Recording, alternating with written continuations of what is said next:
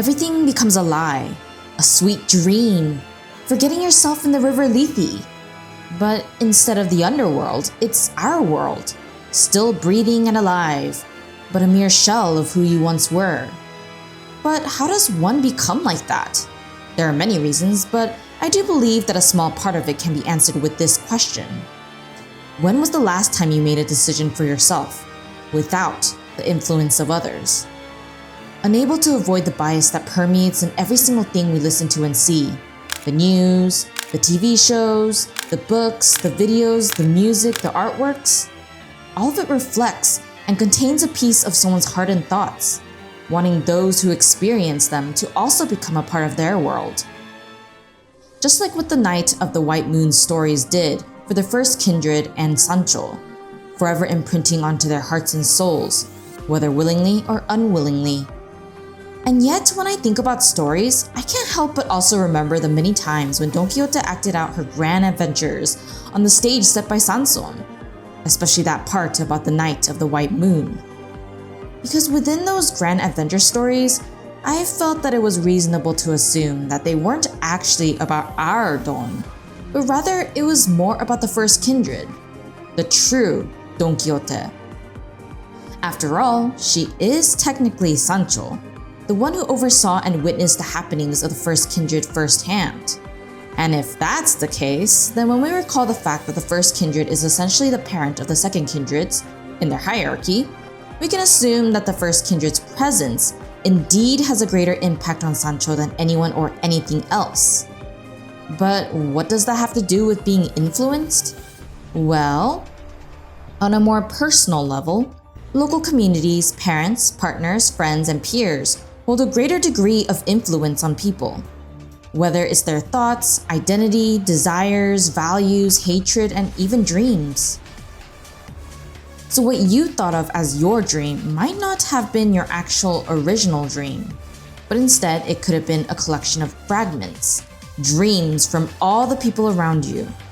But does it mean that your actual original dream doesn't exist? No, not always. It depends on what the people around you are like. What do I mean? Well, at one end, we might have helicopter parents, toxic partners, and judgmental peers.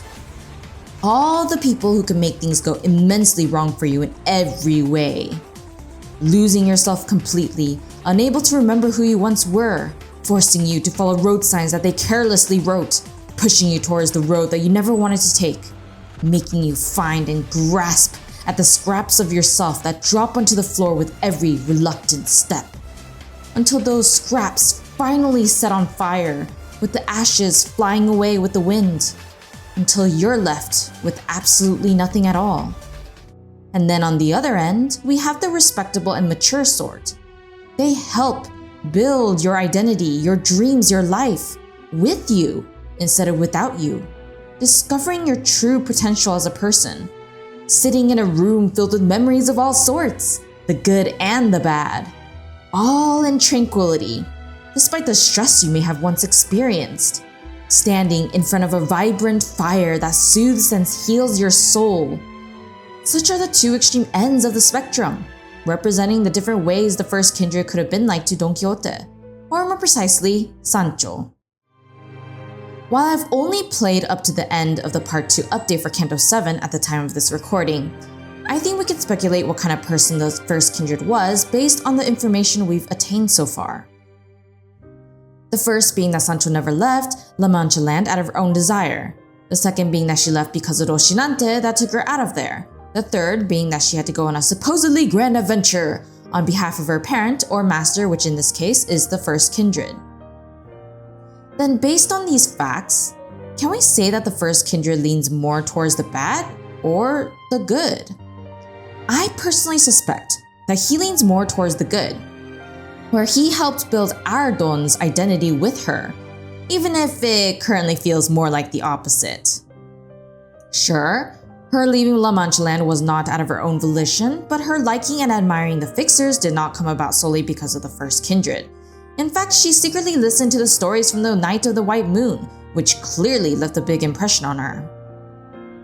In some ways, I believe that the first Kindred understood that due to her fear about the future and her uncertainty about humans, Sancho would never go for such a grand dream that he personally held himself, unless he pushed her to. And while I'm uncertain about the exact circumstances that surround the first Kindred and why Sancho ended up becoming Don Quixote herself, I do wonder if that aspect of her could have been one of the reasons why she was chosen to go and become Don Quixote. Although it does make me slightly curious if he ever felt positive about this whole situation, with Sancho taking his place to fulfill his dream on his behalf, or not. Because when we think about some of his lines in the Part 2 update, it felt like maybe as long as his grand dream gets fulfilled, even if it's not something he'll see for himself, he'll still maybe feel happy about the outcome in the end. Miss not the forest for the trees. Should we start paving the path for peace now? Then one day we shall find ourselves coexisting with humans hand in hand. Such a line from him shows his desire for peace, to lead a life where he's not just with the blood fiends, but also with the humans and maybe even other creatures. His desire to become a fixer and to have a fan club of his own signifies this as well. Potentially an extrovert with such big ideals and dreams. As such, the world inside La Mancha Land and inside of that mansion that he once had were much too small for him. He wanted to branch out and see the vast world for himself, not being able to bear the fact that his identity as a blood fiend traps him in such a small and restrictive world. Wanting to see others who might view him as actual equals, just like how the Knight of the White Moon views him as another friend. Because in reality, as I mentioned previously, the blood fiends around him are technically below him in the hierarchy, including the second Kindreds. So as the highest being of all blood fiends, the first Kindred must have felt more loneliness than a typical person. As one might say, despite being surrounded by all, he is still very much alone. And with the disconnection between himself and the other blood fiends, it sprouted even more loneliness, more depression, and more desperation. So with such feelings simmering inside, he probably craved for an equal, someone who could see and talk to him face to face and perhaps even hand in hand, more and more as time passed by. But because of the long-standing hatred and discrimination between the humans and the blood fiends, he had to stay still for a long time, trying to be satisfied with what he currently had, until he met the Knight of the White Moon. And with the stories that she provided, it ended up igniting his once lonely soul into one of passion and excitement, because he finally had something to look forward to. He finally saw a future that he desired so badly, one that sparkled in the vast world compared to the small world he was currently confined to. His plans, his ideas, and his dream, they fueled his efforts, all to fulfill his desires. But Sancho disagreed with him. She felt that it was not worth the effort, that nothing could be changed, that he was just dreaming grandly for no reason, and that the discrimination between the two species could never change, that it was okay to live in a small, unchanging world, that he doesn't need to have such grand dreams to be happy, that the grass is not greener on the other side. And yet, despite her oppositions, in the end, Sancho was the one who became Don Quixote, ultimately going down the path of the person that the first Kindred wanted to be.